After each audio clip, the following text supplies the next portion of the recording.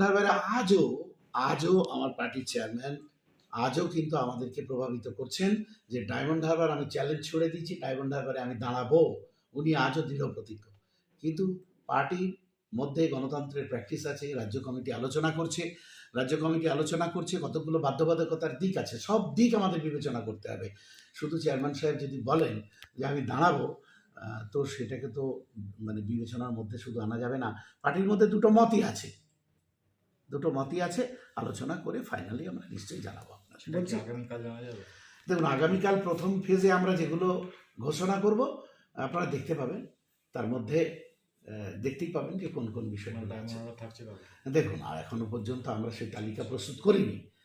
আগামীকাল আবার আমরা বসবো, সেখানে ফাইনাল তালিকা প্রকাশ হবে। আপনাকে কি বললাম যে জোটের জন্য আমরা শেষ মুহূর্ত পর্যন্ত অপেক্ষা করতে রাজি আছি। যদি জোট না হয়, হ্যাঁ, সেটা তারপরে সিদ্ধান্ত হবে, তার ভিত্তিতে। সেখানে কি কালকেই আপনারা পাবলিশ করবেন না আবার? না, কালকে আমরা প্রথম পর্যায়ের প্রার্থী তালিকা প্রকাশ করব। আমাদের পিছিয়ে আসার কোনো প্রশ্ন আছে না। ঠিক আছে। আইএসএফ এর আরেকটা সূত্র থেকে বোঝা যাচ্ছে যে নওশাদ সিদ্দিকী দাঁড়াবেন না, ওনাকে আপনারা স্টার প্রচারক হিসেবেই রাখতে চাইছেন। দেখুন, এটা অসমর্থিত সূত্রে আপনারা কোথায় কি খবর পাচ্ছেন? আমরা তো পার্টির রাজ্য কমিটির পক্ষ থেকে জানাচ্ছি, সুতরাং অসমর্থিত সূত্রে কোথায় খবর পাচ্ছেন এ নিয়ে কি বলবো।